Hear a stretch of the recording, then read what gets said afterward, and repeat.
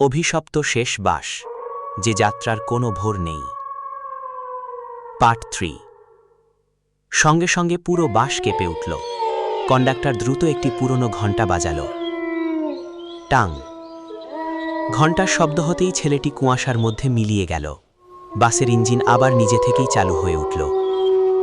বাস চলতে শুরু করল। কন্ডাক্টর দীর্ঘশ্বাস ফেলে বলল, ওরা মাঝে মাঝে নতুন যাত্রীকে ডেকে নিয়ে যেতে চায়। আরমান জিজ্ঞেস করল, ওরা কারা? কন্ডাক্টর কিছুক্ষণ চুপ করে থেকে উত্তর দিল, যারা কখনো নিজেদের গন্তব্যে পৌঁছাতে পারেনি, তারা আজও পথ খুঁজে বেড়ায়। ঠিক তখনই আরমানের হাতে থাকা টিকিটটি আবার বদলে গেল। এবার সেখানে একটি নতুন বাক্য ফুটে উঠল, সে স্টপেজ আর দূরে নয়। বাসের সামনে দূরে একটি বিশাল লোহার গেট দেখা গেল। গেটের ওপরে মরিচা ধরা অক্ষরে লেখা, শেষ টার্মিনাল। গেটটি ধীরে ধীরে নিজে থেকে খুলতে শুরু করল, আর বাসটি কোনো শব্দ ছাড়াই অন্ধকারের ভেতর ঢুকে পড়ল। লোহার বিশাল গেটটি ধীরে ধীরে খুলে গেল।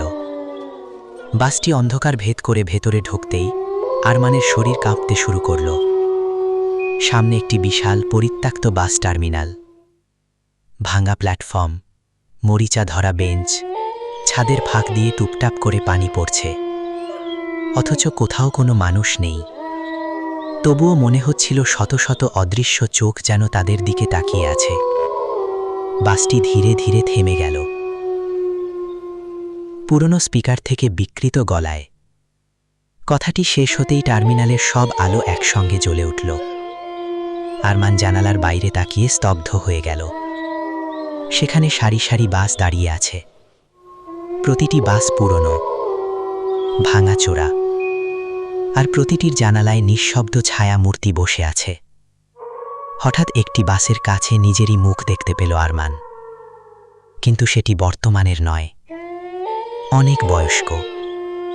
চোখের নিচে গভীর কালো দাগ, মুখে ক্লান্ত হাসি।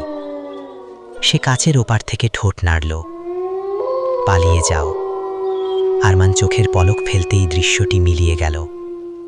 ঠিক তখনই বাসের চালকের আসনের দিকে তাকিয়ে সে দেখল, স্টিয়ারিংয়ের ওপর একটি পুরনো কালো দস্তানা রাখা, কিন্তু ধীরে ধীরে দস্তানাটি নিজে থেকে নড়ে উঠল। তারপর স্টিয়ারিং ঘুরতে শুরু করল। অদৃশ্য কেউ যেন আবার বাস চালানোর প্রস্তুতি নিচ্ছে। কন্ডাক্টর খুব নিচু গলায় বলল, ও এসে গেছে। মুহূর্তের মধ্যে পুরো বাসের ভেতর বরফ শীতল বাতাস বইতে লাগল। জানালার কাছে নিজে থেকে অসংখ্য হাতের ছাপ ফুটে উঠল। স্পিকার থেকে আবার ঘোষণা শোনা গেল, পরবর্তী যাত্রার জন্য প্রস্তুত হন। তারপর ধীরে ধীরে বাসের সামনের আয়নায় একটি অস্পষ্ট মুখ ফুটে উঠতে শুরু করল। মুখটি স্পষ্ট নয়, শুধু দুটি জ্বলন্ত চোখ আর এক বিকৃত হাসি। আরমান বুঝতে পারল, এই বাসের অদৃশ্য চালক কখনো বাস ছাড়ে না। সে সব সময় এখানেই থাকে, নতুন যাত্রীর অপেক্ষায়।